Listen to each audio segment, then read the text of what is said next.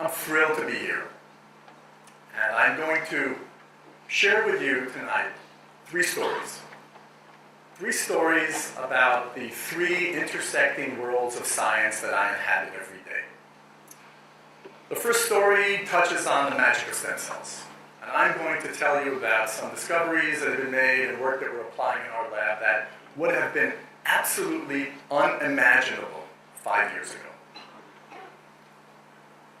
Then I'm going to tell you a different story about how I began to redefine myself. It was my Tufts transformative moment. How I began to redefine my role as a scientist in society. And to begin to grapple with my responsibilities that extend beyond the walls of the Petri dish and beyond the walls of my lab. And my third story will be to tell you what I did with that understanding. How I took that understanding, brought together faculty from around the university, and went into a freshman classroom to help those students become science literate so they could acquire the indispensable tool of science literacy so they could engage in the science conversation that's surrounding all of us. And I think that's a tough specific identity to the nature that David just spoke about. We have faculty from the dental school and around the university coming together to go across to the Medford campus and to teach college freshmen how to think broadly and to look inward in reflective learning and understand how they delve into these worlds that allow them to redefine themselves in unexpected ways.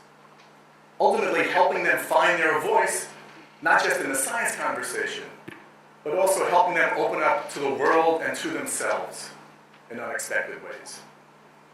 So all of this is what I call bringing science to life. We bring science to life in the laboratory by manipulating stem cells, but even more importantly, we bring science to life in the minds of our students at Tufts to help them begin to understand the broader implications of science in their lives. So I'm going to tell you a little bit about what we do in the lab first. And as you can see here, we have a patient. And we can take now a small biopsy, small number of cells from those patients, and grow skin cells. Here you see those green cells are skin cells. And then using a technology that allows us to take several genes, put them into this adult cell, and revert these cells to an embryonic state. So they're similar to cells that are derived from a human embryo, essentially reversing human development on a plastic dish within 1 month. This was awarded a Nobel Prize in Medicine a few years ago. Shinya Yamanaka won the Nobel Prize. And what it allows us to do now is to take cells from any one of us, from any adult, to revert them back to this embryonic state through a process that we call reprogramming. And essentially what that does, it allows us to reboot the hard drive of these cells, to erase their memory of what they were in their adult life, and to allow them now to acquire the capacity that cells from a human embryo would have. Now, why is that important? Because cells from a human embryo can develop into any cell in our body.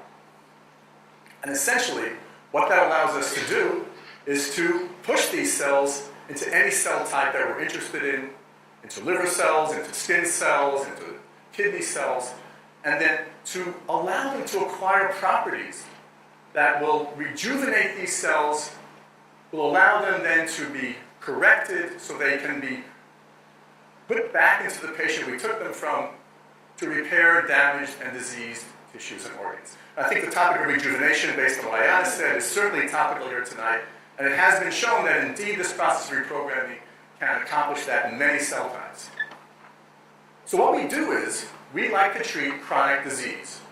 Now, there are many ways to treat chronic disease using sources of stem cells, but ultimately the sources of stem cells that we're using by reprogramming these cells back to an embryonic state allows us to take cells from a chronic wound in diabetic patients, reprogram those cells back to an embryonic state, and then to specialize those cells into skin cells and to put them into a skin-like tissue that we fabricate in the lab. Now, I happen to have brought with me one of those skin-like tissues, just to demonstrate for you that this is a technology that's readily accessible.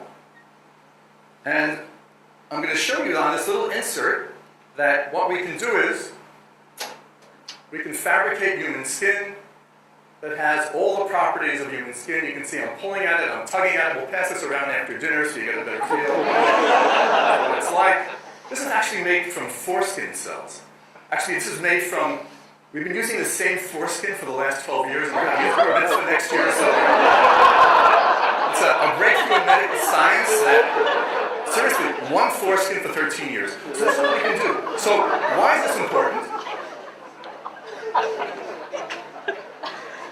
This is used as a therapy to allow us to treat chronic wounds. And what we do is we layer this tissue onto a non-healing wound and really allow it to serve as a biological bandage. It releases properties and factors that stimulate wound healing in a chronic non-healing wound. And our goal is to take cells from a chronic wound that are non-healing in a diabetic patient, usually on the bottom of their foot, to reprogram those cells back to an embryonic state, to make them into skin cells again, put them into a skin, and use it as a biological bandage to heal chronic wounds. And we should know within the next year whether this is indeed a feasible approach and technology. So that's the first story I wanted to share with you. So you would think that the sky is the limit. We can do whatever we want with these stem cells, but actually, that's not the case. The field of stem cell biology has been under a cloud for the last 15 years since the Bush administration. And the reason that's the case is that harvesting embryonic stem cells requires the destruction of human embryos. Now, we still need cells from human embryos because they are the gold standard, and in spite of having these reprogramming technologies, we still need to be able to compare those reprogrammed cells to the gold standard human embryonic stem cells. So, I was sitting at my phone in August 2010 and got a phone call from Karen Weintraub, a Boston Globe reporter, who asked me what I thought of the federal court ruling that embryonic stem cell research was unconstitutional. And I remember sitting there, and I did not know what to say. I was completely blindsided by this news. I was completely unaware that there was even a court case. So I, as a scientist, needed to rethink how I define myself, and I began to question, how can I become part of this conversation about the broader impacts of science, the ethical, legal, political, and moral issues that are swirling around this subject? And in that moment of transformation, I realized that the interface between science and society, the impact of the interface between our conscience and capabilities, was informing a new understanding in my world. And that new understanding led me to my third story. And I decided that it was important to take that understanding and to share that understanding with our youngest learners at Tufts. So I brought together a group of faculty from around the university, and we established a freshman seminar for first-year students called Science and the Human Experience. So picture a classroom of 25 students sitting around the room creating a peer community of learners with faculty from across the university, talking about questions like, do I want to know my DNA? What would I do with that information if I had it? How would I protect it? Could I keep it private? What is personhood? What's the value of the human embryo? And we have these conversations, reflective thinking, to allow our students to think broadly about the science content, develop science literacy, and to assess the meaning of science in their daily lives, to understand how these science-based issues impact their lives, to grapple with the gray areas and the uncertainties of science. And then it evolves into a conversation about a spectrum of values and beliefs, a conversation about diversity and inclusivity of opinions when it comes to these science-based issues.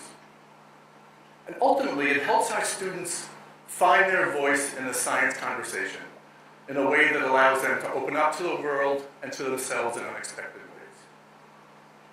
We teach our students how to write an op-ed so they can begin to advocate for issues of great consequence in their lives that have a basis in science, that they feel there's something at stake that needs to change. The students are incredible. I always think that the unsung hero of this freshman seminar is the undergraduate admissions office that continues to bring absolutely remarkable young people into the classroom. I'll let you hear from them yourself. So here's Nive, who had a transformative, humanizing experience in the classroom.